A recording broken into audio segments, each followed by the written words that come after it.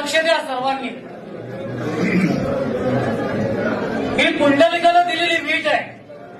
विठेवर देव उभे आहे. मुक्तिकेसी नावाची एक दासी होती. तिला आपल्या रूपाचा गर्व झाला होता. जेव्हा ती देवाच्या दर्शन झाली तेव्हा देवाने तिच्यापेक्षा नाजूक रूप घेतलेले.